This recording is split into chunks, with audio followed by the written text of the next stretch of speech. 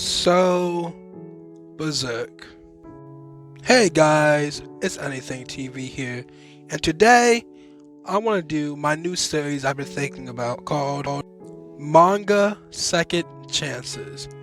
Now, this series is going to be based on manga that I read, or like parts of manga. Like let's say I read the first volume, and I disliked the manga and I put it down and I just dropped it. In this series, I'm going to be giving the manga a second shot to see if I was just not completely justified in dropping it, or if I was just biased against the story. Because there's many manga out there that a lot of people like that I disliked myself. So, as you guys might have guessed by the title, the first series I'm doing for this Manga Second Chances series is Berserk. Now, I heard about Berserk from the moment I entered the manga community. I loved manga, I loved Mob Psycho, I loved every manga I was reading. I was like, okay, so what do people consider to be the cream of the crop manga? You know, the top tier, S tier number one. And so I used Mao, like a lot of anime and manga people do, and the most upvoted one was Berserk. So I was like, okay, that's cool, you know, kind of fancy, not really my type of manga, so I held off on it. But then I started watching videos on it, like videos from YouTubers like The Masked Man, or just random like informational videos. And it got me really interested into this series because the lore seemed really nice and cool, and the characters seemed to be really developed.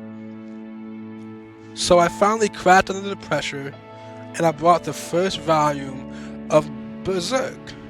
Now, if I was paying attention, I would have seen that a lot of people online say that the first volume of Berserk is not a good representation of the rest of the series. But I really wasn't paying attention to what they said online. What I expected was that this was the #1 manga on this Mao site, and this first volume, in my opinion, sucked, to me at least. I know to some people consider that volume to be their favorite volume, but to me that volume sucked. So I dropped it completely after that, and I said, okay, I'm done with this manga, and I didn't pick it up for months. So I got the idea for this series because a couple months later after that, I gave this series a second chance. So I want to talk about my second chance that I gave this series. And again, I gave this series a second chance because of YouTubers like The Masked Man, who made videos that just blown me away with the lore of this series. I was like, how can this series be so complex and in-depth if the first volume was so crappy? It was just awful. How could this series be so good?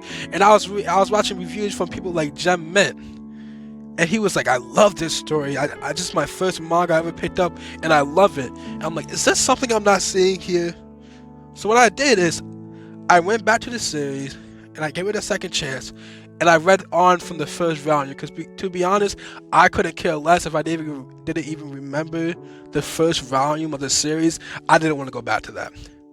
So I kept reading on, and these are my thoughts. Now, the story definitely gets complex, and it definitely gets really interesting. I really like the character bonds between people like Griffith and Berserk. Griffith and Guts. I really like the bond between those two because it's like this rivalry, friendly type of bond. Like I have that type of bond with a couple of my friends. Like, yeah, we're friends, but there's also a rivalry there. So there's that type of bond. And I like the bond that Guts has with people like Casca. That's like a bond that can go either way, you know. It could be a sister bond, could be a relationship bond. But basically, I like how the author of this story writes the character bonds, and I love how he writes the lore of this series. You know, there's kingdoms kind of trying to conquer each other's, there's soldiers, there's complexity, and there's a lot of complexity in Guts' background, you know. A lot of people say that, yeah, the first volume sucked, but once you read the series and you go back to the first volume, it's kind of epic because you understand the motivations behind Guts and why he is who he is. And I'm gonna be honest, another thing that put me off of this series was the gore, right? And I know people might make fun of me and be like, come on, man, you can't handle the gore, you can't handle this. It's just artwork. But it really did make my stomach turn to see all these graphic images and disturbing images. And it wasn't just disturbing images like worms and stuff like that, or like beings that look like type worms. It was more images of more realistic things, you know, like assaults. Like in this series, there's a lot of elements of assault, a lot of elements of trauma, and it was just really hard getting through those chapters where the artwork just so graphically portrays different acts that are just disgusting. And my stomach could not handle that, I'm gonna be honest with you. But the story was so good that I powered through it, and in some ways the disturbing elements added to the series, and I really enjoyed it. I have to say that this manga was maybe my favorite manga while I was reading it, up until now. This may be a minor spoiler, it's not really that big of a spoiler.